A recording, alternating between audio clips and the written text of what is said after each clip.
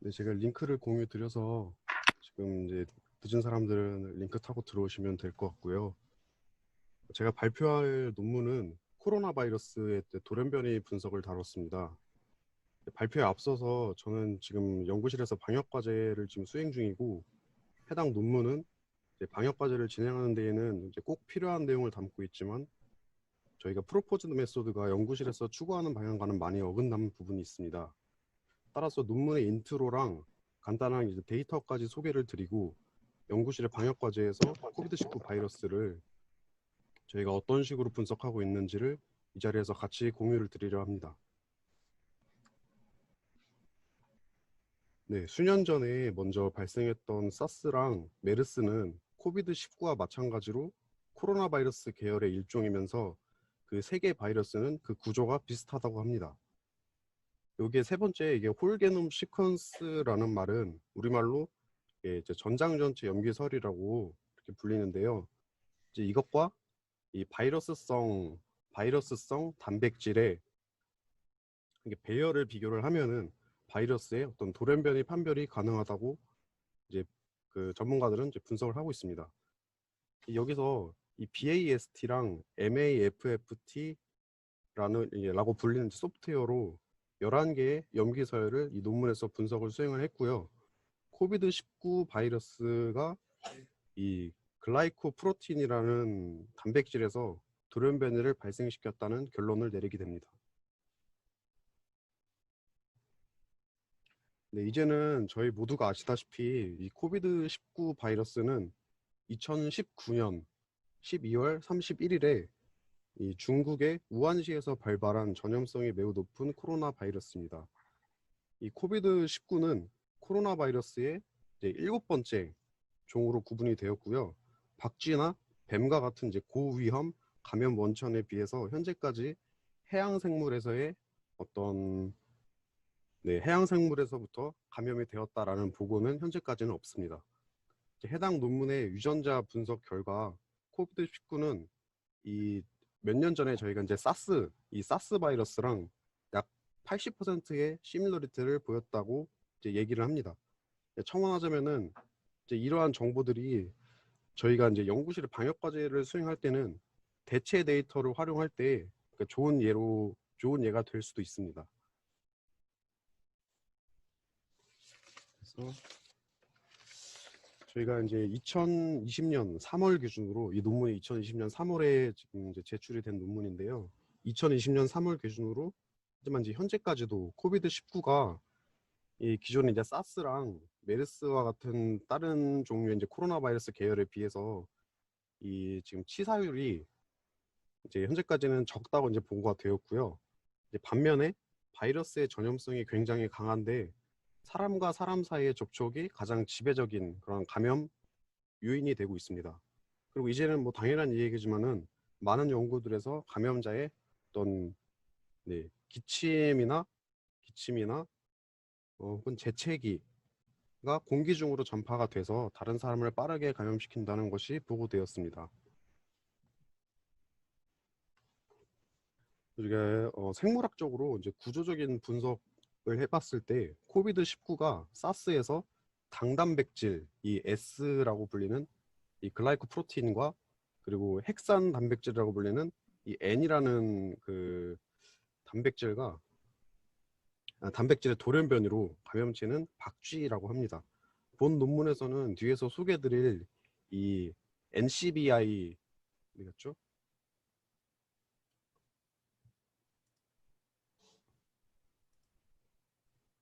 그 NCBI라는 유전체 염기서열 데이터로 코로나 바이러스의 돌연변이와의 차이를 앞에서 말씀드렸던 이 FASTA와 이 블라스트라는 툴로 분석을 합니다. 이게 이 지금 그림이 이제 굉장히 난해하실 텐데 뭐 결론부터 말씀드리면 저희 연구실에서 이전에 해왔던 부분이랑은 좀 다른 부분이라서 지금 앞에서 말씀드렸던 이 파스타와 블라스트라는 툴로 지금 염기서열 분석을 한 것이고요. 그래서 이제 코비드-19가 기타 이제 다른 코로나 바이러스들의 유전자 유소들을 서로 이제 비교를 한 그런 결과를 이 툴로서 이제 비주얼라이제이션을 했다고 보시면 이제 그렇게 이해를 하시면 될 것 같고요. 보시다시피 이제 저희가 활용하기에는 이게 익숙하지 않은 데이터 형식 포맷이기 때문에 바이오 파이썬이라는 뭐 뒤에서 소개를 드릴 텐데 바이오 파이썬이라는 파이썬 패키지를 통해서 저희가 로드를 해가지고 사용을 해야 합니다. 여기서는 제 앞에 이 지금 알파벳들이 어떤 유전차 염기 서열에 무엇을 지금 의미하는지를 이제 표로 나타낸 거를 제가 따로 찾아가지고 이제 넣었던 거고요.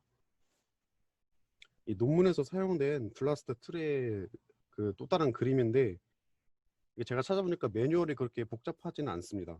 하지만 저희가 이제 이 툴을 사용하기 위해서 어떤 도메인 지식이 필요하다고 하면은 저희가 활용하기에는 뭐 이 논문에서 소개가 됐지만은 효율적이지 않다고 판단이 돼서 이제 굳이 사용을 하지는 않을 예정이고요. 네, 여기서부터는 그래서 이 논문에서 지금 소개된 어떤 저희가 메소드를 그대로 갖다 쓸 수는 없지만은 인트로를 보고 나서 데이터를 저희가 이제 저희 연구실에서 어떤 데이터 형식을 사용할 수 있을지에 대해서 제가 이제 몇 가지를 찾은 거를 이 지금 자료에 추가를 했습니다. 그래서 첫 번째로 슬라이드에 어떤 이 GitHub 링크에서 공유한 염기 서열 데이터의 파이썬 패키지 지금 코드입니다. 이게 지금 바이오 파이썬에 대한 어떤 디스크립션을 나타낸 것이고요. 첫 번째로 뭐 이러한 지금 파이썬 코드로 돼 있는 염기 서열 데이터를 저희가 활용해 볼 수 있을 것 같고요. 두 번째로 여기는 코로나가 아니라 인플루엔자의 어떤 좀 유명한 공용 데이터인데 이런 형태로 어떤 지금 이제 특정 기간 뭐 지금 여기서는 지금 제가 1997년만 가져왔는데 특정 기간에 병원 내원 환자들의 연령대 뭐 혹은 뭐 감염 유래라든지 이런 것들을 특징 정보로 갖는 감염 환자 수 CSV 데이터가 있고요.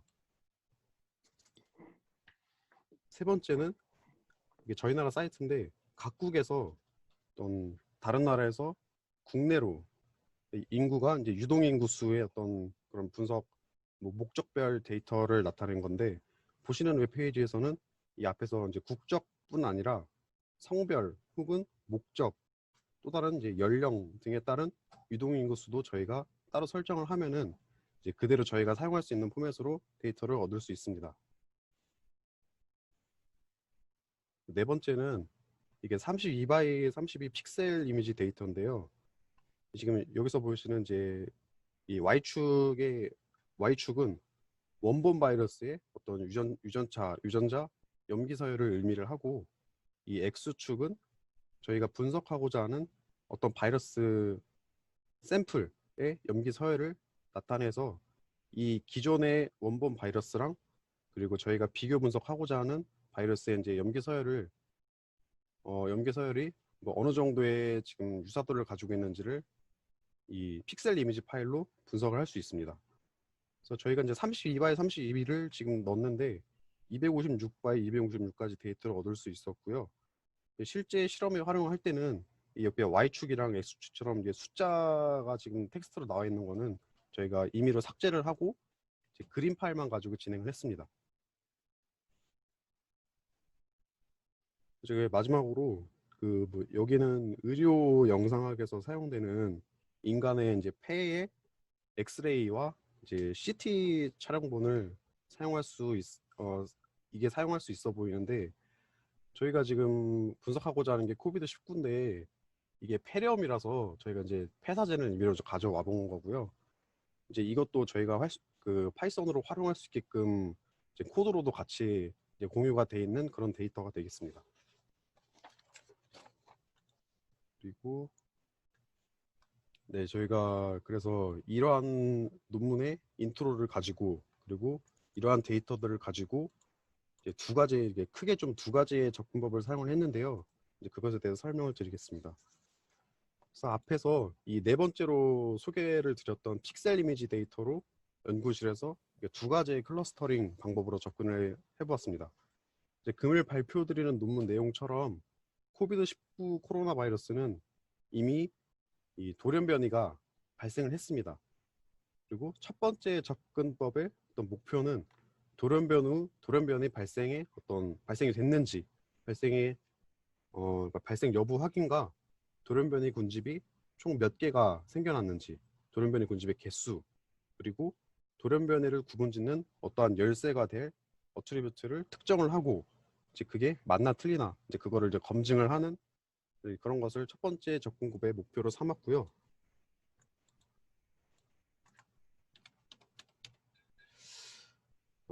그래서 첫 번째 접근법은 바이러스의 새로운 돌연변이가 생겨나는 구체적인 기준 세 가지를 마련을 하고 바이러스 샘플에 대해서 클러스터링을 수행합니다. 이제 수행한 클러스터링은 제가 가장 최근에 이 자리에서 발표를 했던 어떤 딥 세퍼레이트 클러스터링을 사용을 했고, 뭐 간단하게 다시 설명을 드리면 딥 세퍼레이트 클러스터링은 어떤 동일한 군집 안에서의 샘플의 어떤 분산은 좀 줄여주고 군집 간의 거리는 좀 멀게 해서 클러스터의 어떠한 이제 디스크리미네이션 레이트를 개선한 그런 알고리즘이라고 생각하시면 될 것 같습니다. 그리고 이후 각각의 어떤 제가 이제 예를 들어서 세 개를 나타냈는데 뭐 어떠한 각각의 기준에 따라서 클러스터링 애큐러시를 이제 계산을 하고 그 돌연변이 기준에 대한 가설을 검증하는 방식을 사용을 했습니다. 잠깐만. 네네. 지금 여기 어쨌든 클러스터링 우리가 이제 드디어 우리 연구실에서 좀 듣는 얘기가 나오는데 네네. 먼저 지금 좀 설명을 해주면 도움이 될 거는 뭐냐면은 네. 어떤 게 인풋인지도 지금 잘 모르겠고 우선은 저기 유전자에 관한 그 시퀀싱에 대해서 처음 얘기를 했었었는데 네네. 그거에 대해서 얘기하는 건지 아니면은 이 허파에 관한 그 이미징을 네네. 보여줬는데 거기에 대해서 얘기를 하는 건지 이게 지금 우선 인풋은 어떻게 되는 거고 네네네. 그게 지금 나는 굉장히 지금 감이 안 잡히는데요. 네, 지금 금방 제가 좀 가볍게 지나가가지고 설명을 미처 덜 드린 것 같은데 이 앞에서 그 이제 네 번째로 제가 소개를 드렸던 이 지금 픽셀 이미지 파일을 그냥 단순하게 저희가 이제 쉽게 그 이해를 돕자면은 그냥 엠니스트 파일 사용할 때 저희가 엠니스트도 지금 784차원짜리 이제 픽셀 이미지 파일을 저희가 사용하게 되지 않습니까? 그래서 그것처럼 그 엠니스트에서 사용했던 방식 그대로 이 픽셀 이미지 파일을 갖다가 인풋으로 집어 넣었습니다. 근데 이 픽셀 이미지 그런데 네, 이미지가 네네. 무슨 이미지를 얘기하는 건지 지금 렁에 관한 이미지인가? 네, 이게 염기 서열의 어떤 기존의 원본 바이러스랑 그리고 저희가 돌연변이가 발생했는지를 분석을 하고 싶은 그런 샘플 이미지 데이터에 대한 염기 서열이 뭐 어느 정도 차이가 나는지에 대해서 나타내는 게 이제 픽셀 이미지 지금 보시는 파일입니다. 아니 그런데 여기 염기 서열이라면은 영어로 네네. 말하면은 제네릭 시퀀스를 말하는 게 아닌가? 맞습니다. 그렇다면은 이거는 굉장히 스트럭처된 데이터잖아. 그렇죠? 네네. AGCT 이렇게 쭉쭉 뭐가 나오는지 뭐 시퀀싱이 어떻게 되는지 그걸 찾는 거잖아요. 네, 맞습니다. 그런데 그걸 지금 여기 이런 2D로 만들었다는 거. 그리고 여기 그렇다면 이거는 사실 그 뭐 저기 컨퓨전 매트릭스하고 좀 비슷하게 지금 느껴지는데 네네. 거기에 대해서 이 각각의 픽셀의 밸류는 그러면은 유사치에 따라서의 이게 표기가 되는 건가? 아니면 지금 어떻게 되는 건지 이것도 지금 감이 안 잡히는데. 저도 이제 그 이게 유전자 정보 그쪽에 대해서는 이제 데이터를 쭉 파본 건 아닌데 그 이제 앞에 보시면은 지금 알파벳으로 보이는 부분들이 다 이제 어떤 픽셀 이미지 값으로 이제 매핑이 숫자로 되거든요. 그래서 저희가 뭐 알파벳 A면 A, 뭐 T면 T 이거에 해당하는 또한 그 픽셀 값들이 있고 이 염기설이라고 불리는 거는 이 지금 어떤 뭐 AT, GC 뭐 이런 식으로 배열이 됐다고 하면은 1, 2, 3, 4 뭐 이런 식으로 픽셀 값으로 나타내게 되는데 그거를 이제 비교를 해가지고 그 숫자 값들이 얼마나 차이가 나는지 그 차이점을 갖다가 이제 분석을 해서 시뮬리티를 나타낸 것으로 저는 그렇게 이해를 하고 있습니다. 그러니까 나도 여기 분야에서는 잘 아는 게 없기 때문에 굉장히 좀 혼돈이 되는데, 네네. 그러니까 제네릭 시퀀싱 같으면은 그 굉장히 긴 그 DNA 체인에 대해서 네. 뭐 AGCT 이게 뭐 ACG 뭐 이렇게 어떻게 시퀀싱이 되느냐 그걸 찾는 거잖아. 그렇죠? 네네.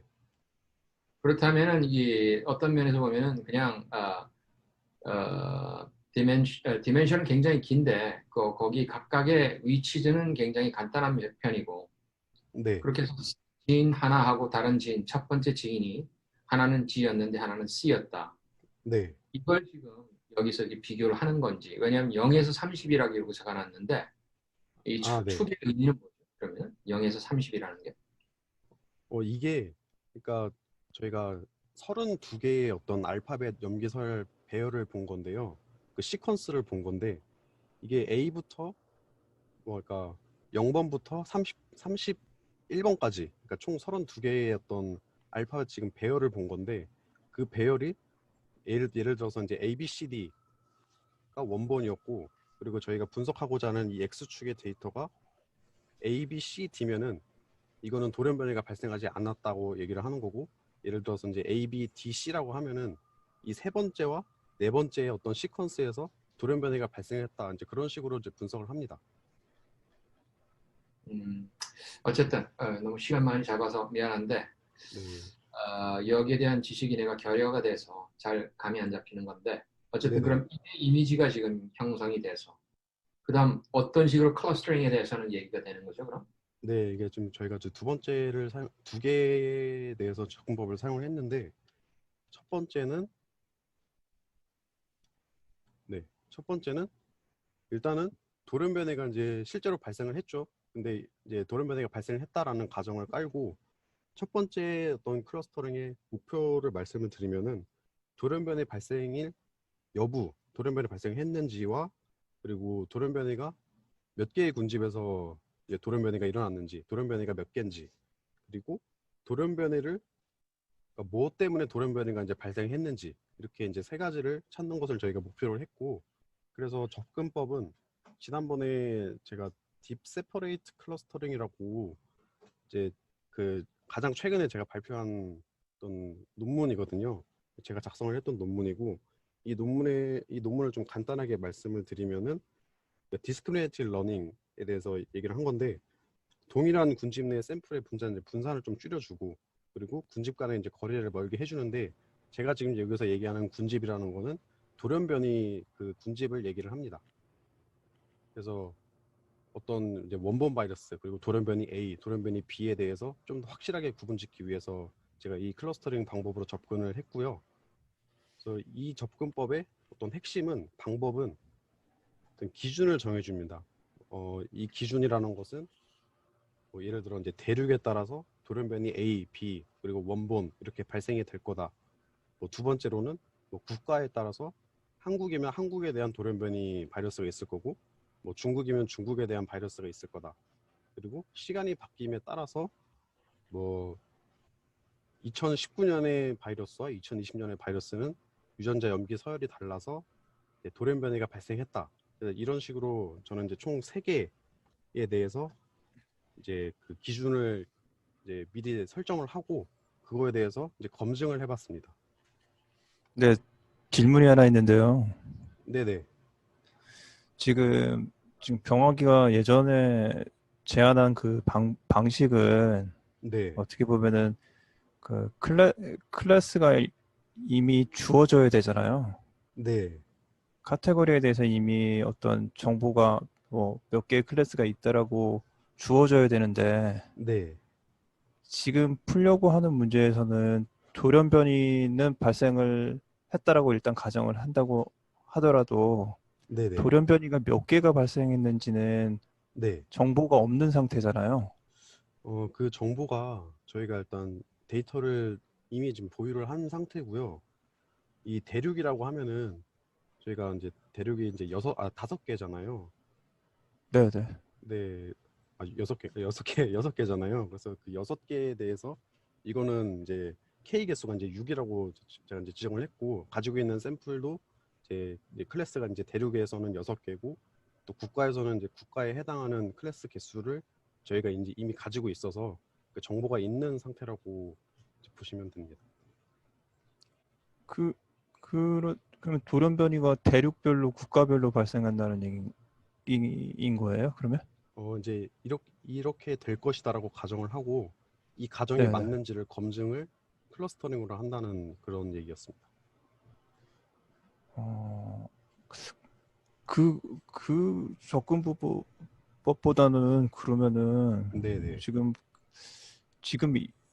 이 문제를 실제 주어진 문제를 풀려고 하면은 어떤 abnormal detection을 하는 게 차라리 그게 더 좀 더 음, 접근법으로 맞을 것 같은데 지금 그런 가정은 이미 내가 지금 어떤 데이터를 갖고 있는 상태에서 그렇지만 또 이게 시간이 지나가서 네. 어떤 대륙에서 또 다른 어떤 돌연변이가 발생했을 때는 이게 이 접근법은 아예 무용하잖아요. 그렇게 되면. 네. 그것도 지금 그 두 번째 어프로치는 방금 그 말씀하신 부분도 해결을 할 수 있는 이제 그런 접근법이죠. 두 번째 접근법이 있거든요. 첫 네네. 번째 접근법은 이제 그런 한계점이 있는 거는 맞는 것 같습니다. 그 지금 입력은 어떻게 보면 아까 보여준 그림에서 네. 그림 그 코릴레이션 매트릭스 같은 거잖아요. 지금. 네, 맞습니다. 그러면 원래 내가 갖고 있었던 정보하고 지금 새롭게 들어온 정보들이 얼마나 유사한지 정도를 네네. 어떤 이미지화 시킨 걸 인풋으로 만들고 네. 그거를 갖고서 지금 이게 기존에 있었던 거랑 얼마나 같은 군집인지 아닌지 같은 내용인지 아닌지를 지금 검출을 하려고 하는 것 같은데 네네. 그러면은 네 이게 그런 그냥 일반적인 그 LDA 기반한 어떤 클러스터링을 하게 되면은 좀 문제가 있어 보이거든요. 좀 네네. 그런 예, 예 그래서 좀 한번 질문을 해본 것 같아요. 예. 음, 네. 아직 이건 하여튼 네네. 대륙이나 뭐 국가가 일단 나한테 주어졌다 혹은 그런 제한 조건을 두고서 일단 문제를 풀고 있는 거네요. 그러면 네, 맞습니다. 이게 네, 저희가 좀 애로사항이 좀 있는 게 사실 네, 네, 코로나 바이러스가 생물학적으로도 뭐 유전학적으로도 뭐 때문에 돌연변이가 발생했다라는 거는 지금 전 세계 아무도 풀지 못한 그런 문제이지 않습니까? 네, 네, 저희는 어쨌든 이 문제를 저희 방식으로 머신러닝 방식으로 풀어내야 하는 게 목표인데 이 라벨이라는 게 굉장히 이제 중요한 문제고 저희가 성능 클러스터링이 아무리 이제 라벨 없이 학습이 가능하다고 얘기를 해도 이 이제 수치적으로 평가를 할 때는 라벨이 이제 있을 때 하는 게 정확도가 굉장히 높기 때문에 저희가 이제 가지고 있는 지금 라벨로 쓸만한 게 이 지금 보시는 대륙 국가 시간 이렇게 세 가지였는데 이 세 가지는 저희가 이제 라벨로 사용할 수 있고 평가를 내릴 수 있으니까 먼저 이 세 개가 라벨이 맞는지에 대해서 저희가 이제 직접 실험을 통해서 이제 검증을 했던 방법이고 실제로 이 기준이 맞는가 맞지 않는가에 대해서는 정확하게 이 저희 방식으로 풀어내기에는 아직까지 좀 한계가 있다고 그렇게 알고 있습니다. 네, 네, 네, 그래서 더 진행을 하겠습니다. 여기 지금 소제목에 제가 인플루엔자라고 적혀 있는데 오타하고요. 코비드 19 그 데이터입니다. 그래서 총 이미지 셋은 3,000개가 조금 넘고요. 이 3,000개의 픽셀 이미지 데이터를 처음 이 대륙별로 레이블링을 먼저 했고 이 대륙별 레이블링을 했던 이 데이터가 이제 각 대륙마다 뭐 아시아는 300개, 뭐 유럽은 200개, 뭐 이 정도의 비율로 샘플이 분포가 되어 있고요. 저희가 보유한 데이터는 이런 식으로 분포가 되어 있고 이제 마찬가지로 시간 월별로 뭐 2020년 1월, 2020년 2월 이런 식으로 여기가 지금 파일명이 되어 있는데 이것도 보면은 이 정도 비율로 분포가 되어 있습니다. 뭐 뒤에서 지금 이 데이터 불균형 문제가 좀 있는데 뒤에서 다시 설명을 드릴 거고요. 저 실험 결과 거의 한 절반 정도의 어떤 라벨 정확도를 보였고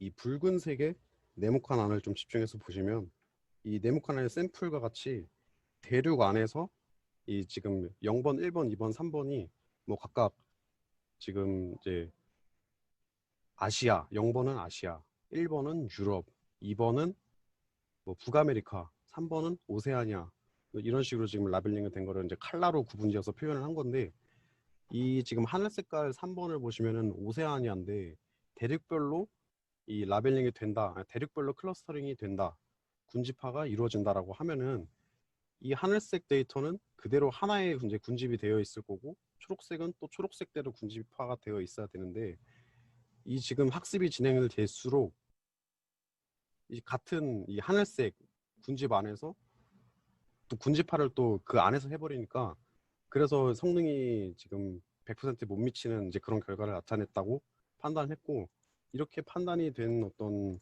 원인 중에 하나는 데이터가 뭐 유럽은 200개밖에 안 되는데 이 군집화를 세부적으로 했던 이 하늘색의 북아메리카 데이터는 데이터가 이제 안 맞게 막 1000개가 넘고 하니까 이 지금 데이터가 좀 그 부족 절대적인 수치가 좀 부족하기도 하고 그리고 각각의 데이터 그 군집마다 양도 좀 많이 상이하기 때문에 상대적으로 뭐 이러한 지금 결과를 나타내는 원인 중에 하나라고 저희는 판단을 했고요. 그리고 이 거의 모든 군집 안에서 처음에 데이터 스페이스에 뿌릴 때도 이 뭐 하늘색이든 뭐 노란색이든 빨간색이든 하늘색 뭐 초록색이든 간에 데이터의 어떤 각각의 그 분산도 굉장히 크다는 것을 알 수 있었습니다. 그리고 이 라벨별 이제 데이터 불균형이랑 이제 뭐 이러한 문제들 때문에 이 세퍼레이트 클러스터링을 저희가 수행을 했을 때도 저희가 의도치 않은 방향으로 클러스터링이 이제 진행을 된 거를 확인할 수 있었고, 네, 그 말씀드린 것처럼 이렇게 같은 대륙 안에서도 이제 군집이 다르다라고 판별을 해버리니까 첫 번째로 저희가 판단을 했던 어떤 대륙이라는 것은 저희가 이제 돌연변이를 구분짓는 어떤 특정한 기준이 아닐 것이다라고 판단을 이제 했습니다. 그리고 뭐 여기도 이제 시간별로 이제 그대로 같은 방식으로 이제 라벨링을 이제 클러스터링을 했던 결과인데요. 뭐 이것도 마찬가지로 지금 뭐 성능 수치만 보고 판단을 할 수는 없지만은 이렇게 저희가 비주얼라이제이션을 했던 결과를 보시더라도 좀 이게 지금 X표가 각 군집의 센트로이드를 나타내는데 지금 이것도 보시면은 저희가 원하지 않는 그런 방향으로 클러스터링이 된 것을 확인할 수 있었습니다. 그리고 이 두 번째 접근법은 그 저희 같은 방역팀의 지금 박노진 연구원이 했던 어떤 그 접근법인데요. 네, 여기는 샘플 어떤 데이터 스페이스에서 시간에 따라서 바이러스들의 어떤 발견 이게 지금 점이 생겨나는 거는 그 시간에 갑자기 이제 바이러스 샘플들이 생겨났던 이제 그거를 이렇게 이제 다른 모양으로 찍은 거고요. 이렇게 지역별로 뭐 아시아 혹은 뭐 유럽 아시아의 1월, 뭐 유럽의 1월, 아시아의 3월 뭐 이런 식으로 지금 표현을 한 건데 어떠한 지역별로 돌연변이군의 확산 가능성을 갖다가 추정을 합니다. 네.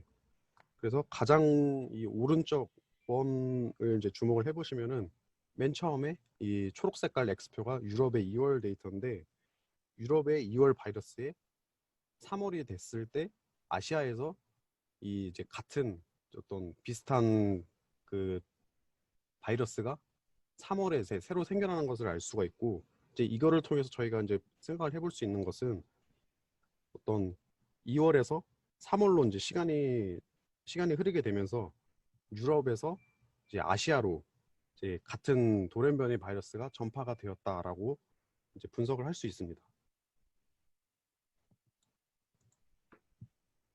그리고 여기서는 이제 또 하나 중요하게 분석해 볼 수 있던 정보는 오른쪽 그림의 이 빨간색 동그라미에서 이 2월에 어떤 아시아 바이러스 이 X자가 상대적으로 이 생겨난 샘플 수가 이 파란색 동그라미에 비해서 이 수가 적어서 저희가 이거를 돌연변이가 아니라 그냥 노이즈다라고 판단을 할 수도 있는데 이거를 속단을 하면 안 되는 거는 시간이 지금 이제 여기가 이제 X표 기존의 그 지금 군집인데 이게 2월 혹은 3월, 4월로 넘어가면서 그 이상으로 시간이 이제 흘러감에 따라서 계속해서 그 집중적으로 새로운 어떤 유럽의 사물이죠. 이런 바이러스들이 기존에 이제 2월 유럽에 비해서 뭐 3월에도 막 더 생기고 또 아시아에서도 이제 발견이 되고 계속 이 점들이 이쪽에 찍히는 것을 저희가 확인을 하게 되면은 이거를 단순하게 그 이전에 2월 데이터의 이 숫자만 보고 나서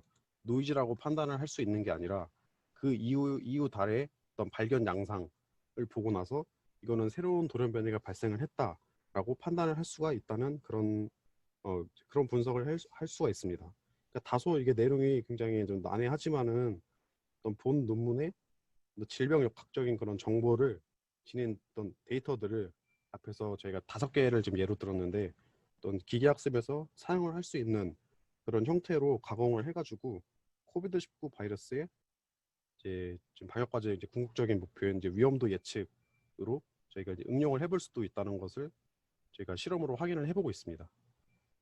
네, 지금 여기까지가 이제 저희가 이제 발표 준비를 했고요.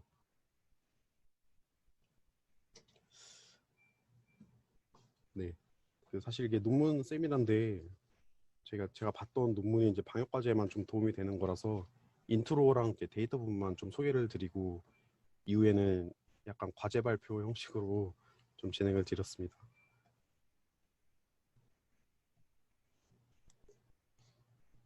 오케이. 여기 우선 내가 여기에 대해서 좀 워낙 잘 모르는 사람이라서 네, 제일 먼저 이 이미지 우선은 이 투디멘셔널 이미지를 보여줬는데 12페이지에 그렇죠? 그러면 제네릭 시퀀싱을 해서 네, 그걸 가지고 이 베이스라인하고 항상 새로 검출된 시퀀싱을 이렇게 비교한단 말이죠. 네, 그런데 그렇다면 여기서 우선 찾고 있는 건 뭐냐면 돌연변이냐 아니냐. 네, 그런데 돌연변이냐 아니냐를 이게 결정하는 게 네, 그러니까 진 시퀀싱 쪽에서도 다 각각의 베리언스가 다 있을 텐데 네. 하지만 그 베리언스가 어느 정도가 넘어갔을 때 이게 돌연변이냐 아니냐 그런 척도가 있나요? 그거는 완전 그 생물학적으로는 이제 그런 게 있고요. 이거를 수치적으로 이 논문에서는 염기서열 데이터 이제 분석을 통해서 시미너리티가 예를 들어 지금 코비드-19랑 사스는 이 염기서열 데이터에 어떤 이런 분석을 통해서 80%였던 시미너리티가 있다고 판별을 하고 그리고 뭐 메르스는 뭐 50%의 이제 뭐 비슷한 점이 있다 뭐 그런 식으로 이제 분석을 하게 되고요.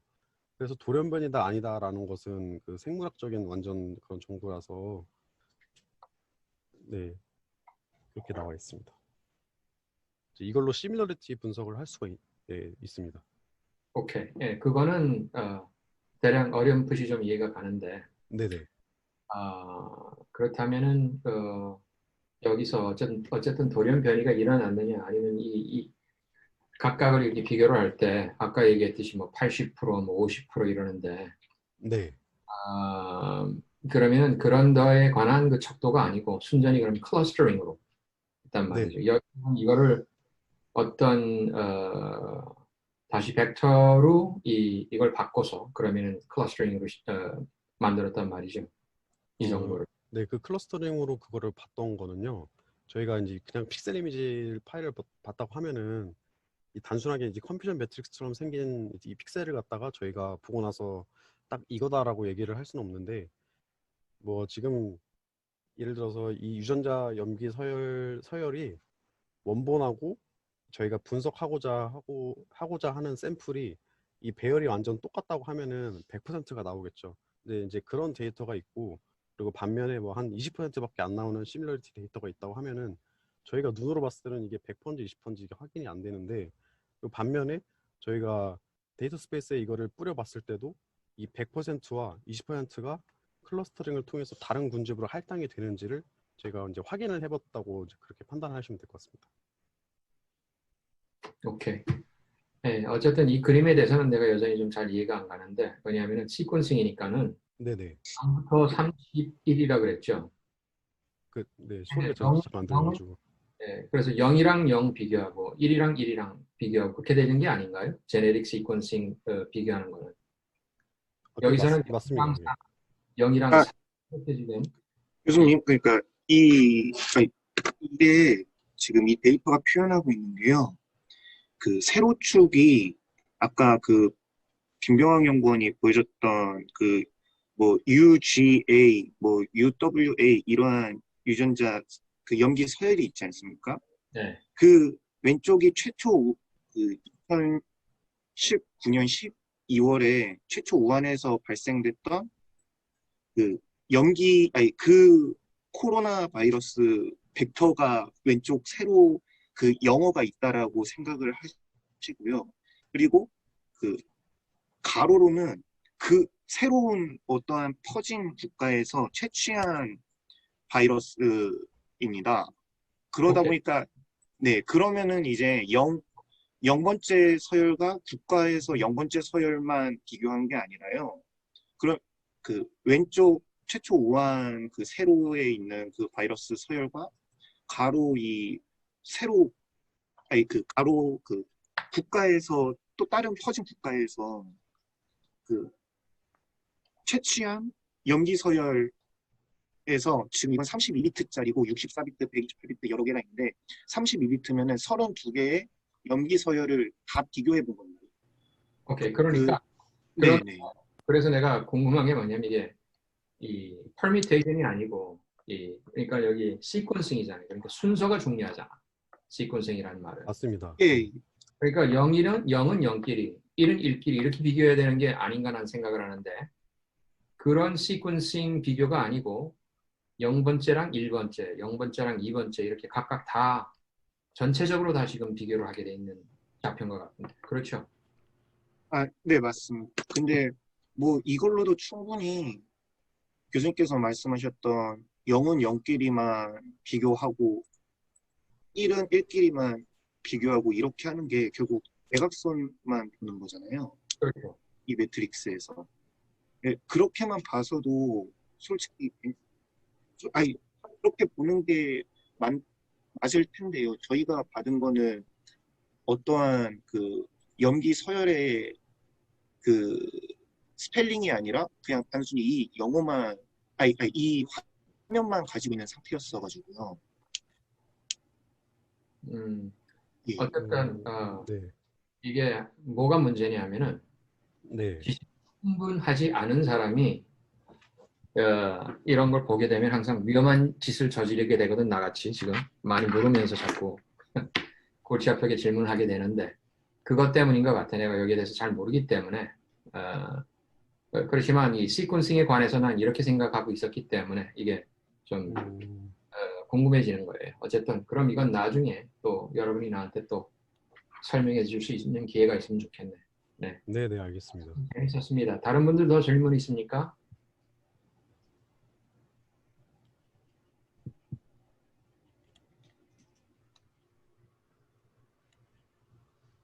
질문 없습니까? 그래서 이제 앞으로 이제 방향이 뭐예요? 그래서 지금 이제 그 결론을 얘기한 것 같지는 않고 네. 지금 이제 대륙별 국가별 또 시간별 어떠한 그런 클러스터링이라는 게 이제 있는데 네. 그 클러스터가 이제 생성이 되는 거를 이제 확인을 했는데 그래서 이제 그 클러스터링을 가지고 뮤테이션이 일어났다. 돌연변이가 이제 발생이 됐다.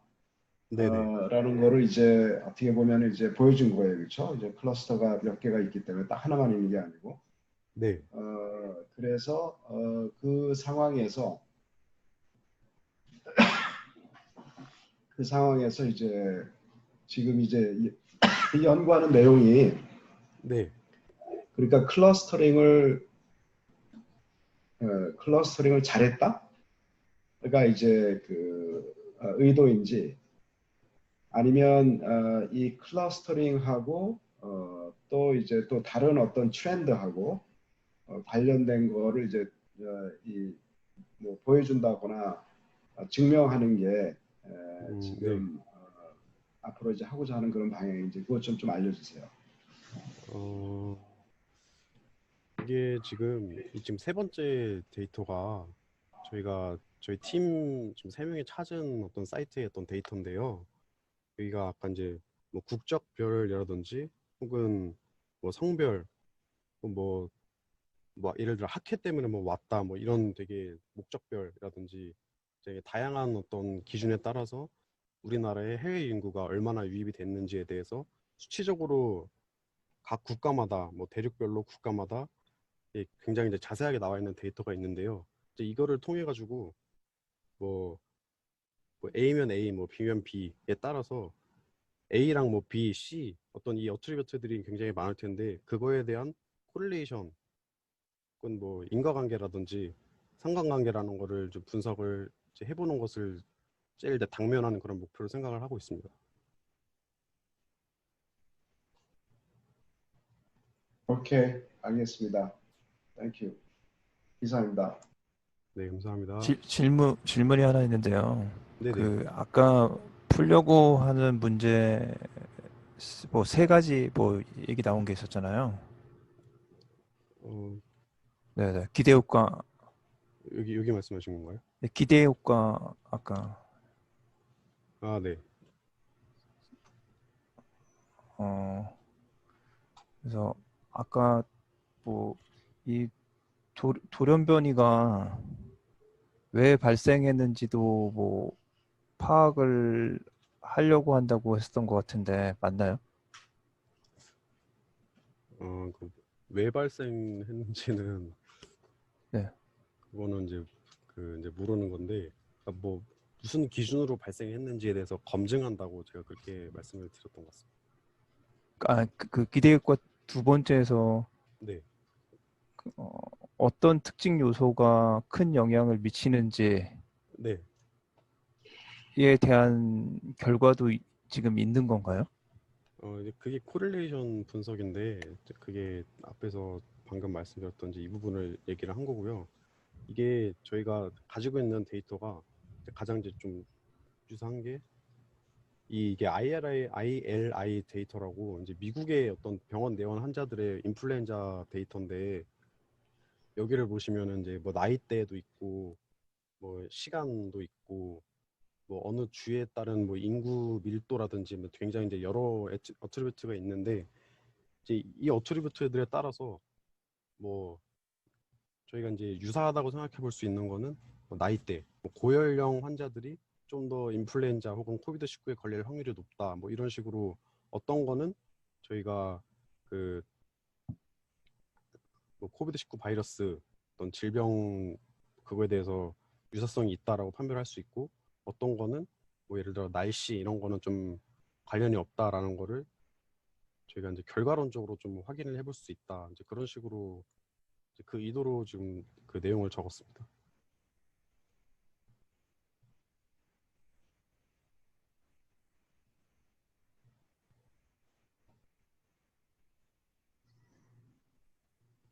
네, 더 이상 질문 없습니까? 네, 좀 약간 좀 다른 색다른 오늘 내용을 발표해 줘서 정말 감사합니다. 수고 많으셨습니다. 고생하셨습니다. 네.